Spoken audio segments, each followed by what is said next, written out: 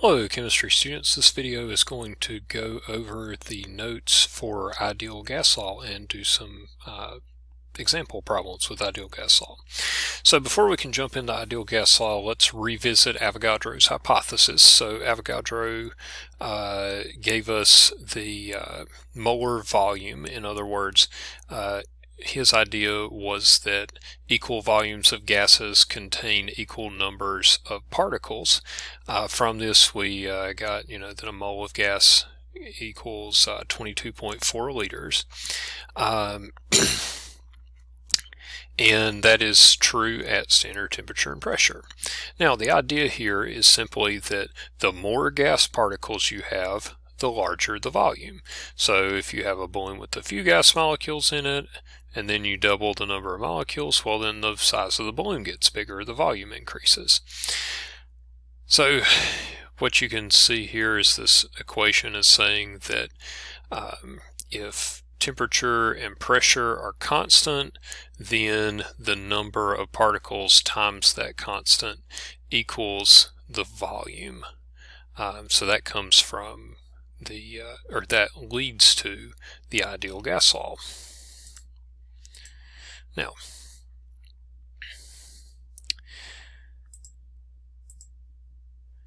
the ideal gas law says this: pressure times volume equals the number of moles times the gas constant times the temperature.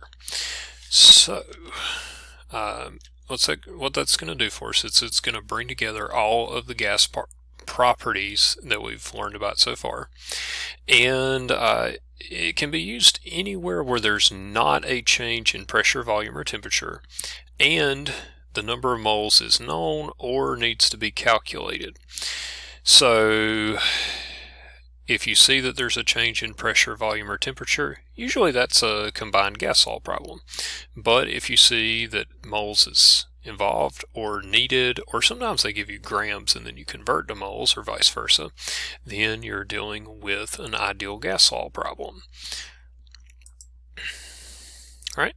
And this is also an intermediary step in a lot of AP Chemistry problems, and a lot of my AP Chemistry students have trouble remembering to do this. So this is a really important tool in your toolbox, especially when working with gases, and it is on page 3 of your reference table if you need to look for it. All right, so few things here. P stands for pressure, V stands for volume, T stands for temperature, and N stands for the number of moles. And then R is the gas constant. There's several different values for R. As you look through, you might notice that the only thing that seems to be different aside from the number, and that's not even different here, is the unit of pressure. So whatever unit the pressure is in, or if you happen to be solving for the pressure, then you would choose the value of R that matches the pressure in the problem or the pressure that you're solving for. And non-surprisingly, the R values for millimeters of mercury and torr are the same. If you look on page 1 of your reference table, all these values are there, except they don't give you a gas constant for torrs. They just expect you to know that it would be the same as the one for millimeters of mercury. Alright, so we're going to work through some problems here. The first example here, this one says how much nitrogen is required to fill a small room with a volume of 27 kiloliters to 745 millimeters of mercury at 25 degrees Celsius. So let's organize all our data and get it into the appropriate units. Remember, in order to work out with this gas constant, need to be in liters, atmosphere, and kelvins, and your quantity of gas needs to be in moles, or maybe calculated in moles, as this one will be. Okay, because that's what they're saying when they say how much. You can answer that with moles, or you could even find moles and then convert to grams if you wanted to do it that way. Alright, so convert our volume to liters from kiloliters, convert our temperature to Kelvin from Celsius, use the gas constant that we know from the reference table, and then we will do some calculating here. So we're going to start with the ideal gas law, and then solve for what we want to know, which is the amount, or the N. So we're going to divide both sides by RT. And then plug in that information into the equation that we have, which is N equals PV divided by RT. So plug in our pressure, our volume, our gas constant, 62.4, and our Kelvin temperature. And notice that kelvins cancel out, millimeters of mercury cancel out, and liters cancel out, leaving you with moles. So that is 1.1 times 10 to the third, or another way to write that would be about 1100 moles in a typical sized room, which is about 30 kilograms. Now you might think, hey, that's a lot. It's really not, because the average person probably weighs 60 to 70 kilograms, at least in high school. And so there's less than half a person worth of gas in terms of the weight or the mass of that gas in a room. All right, so let's do some more example problems. All right, so this problem says that dinitrogen monoxide, laughing gas, is used in a dentist office. 2.86 moles of the gas occupies a 20-liter tank at 23 degrees Celsius. What is the pressure in the tank?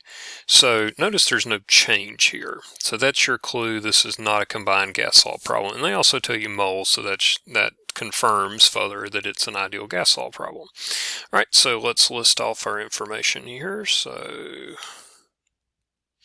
our unknown is the pressure. All right, our knowns, so the volume is 20 liters. The temperature is 23 degrees Celsius, but remember, we got to convert that to Kelvin, so I'm going to add that to 273. That's going to give me 296 Kelvin. All right, and they also told us that the number of moles was 2.86.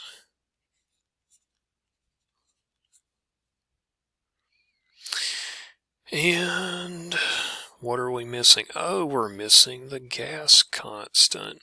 Well, which one do we use? Well, they told us they want the pressure in millimeters of mercury, so we'll use the one for millimeters of mercury. So that's 62.4 liters times millimeters of mercury over mole Kelvin. Right, so our plan is that we will use PV equals nRT. We're asked to solve for the pressure, so let's do that. I'm going to solve for pressure. That means I need to divide both sides by V to get P by itself, or to isolate P. All right, and when I plug into that, so that'll become my solve step.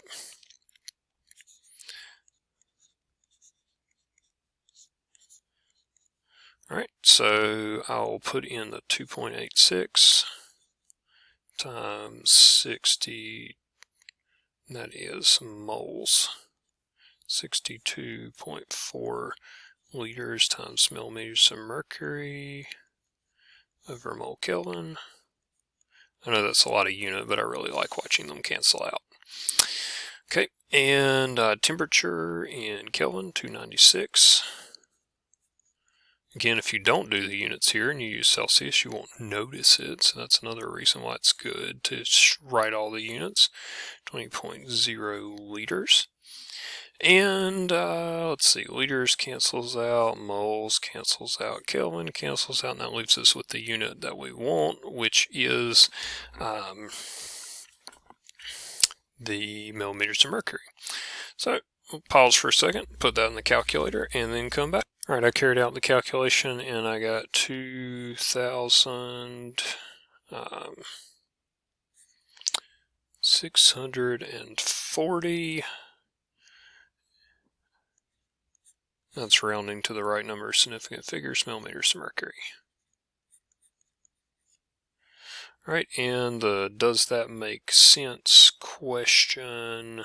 So I think it does make sense, because if this was standard temperature and pressure, it would be 1 mole equals 22.4 liters, and we have 3 moles in less than 22.4 liters. So that's about 3 times as much as standard pressure. So I would go for that's probably about right.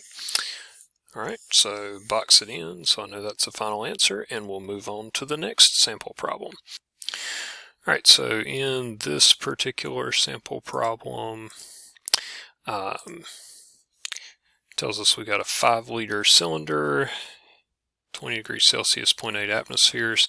So, and then we're asked to solve for how many grams of oxygen. Now, that may not be immediately obvious to you, but remember from Unit 5 and Unit 6, if we know grams, we can certainly calculate moles from that, or if we know moles, we can certainly calculate grams. So we'll solve for moles and then go to grams. So let me show you how to do that. Let's list off our knowns here. All right, so our unit of pressure is in atmospheres this time, so our R needs to also be the R value that has atmospheres in it, and if you look on page 1 of your reference table, you'll see that that's 0.0821 liters times atmospheres over mole Kelvin.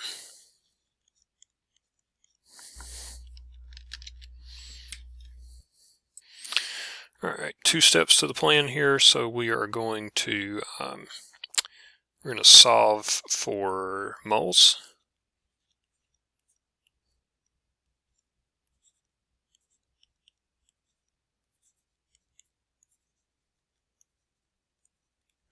And then we're going to convert moles to grams.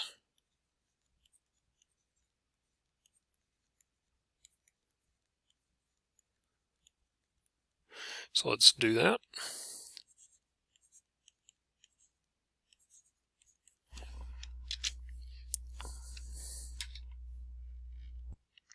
Okay, divide both sides by RT to get N by itself.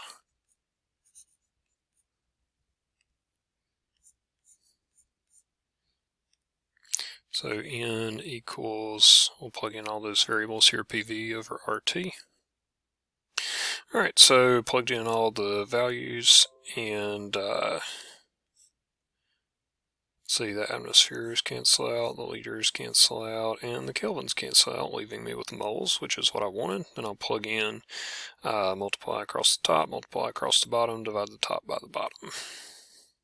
All right, when I carried out that calculation, I got N equal to 0.66, or excuse me, 0.16628.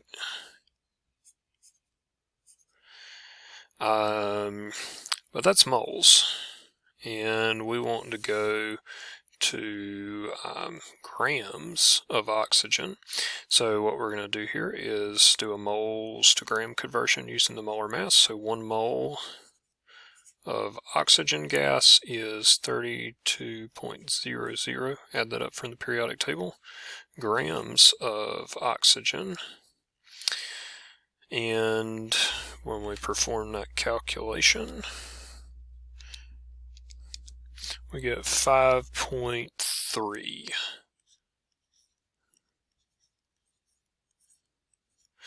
And I will point out that that was the 5.0 liters limited our significant figures to 2, but I didn't round at the intermediate step, so I wouldn't negatively impact the quality of my final answer. So there you go. That concludes the examples, and thanks for watching.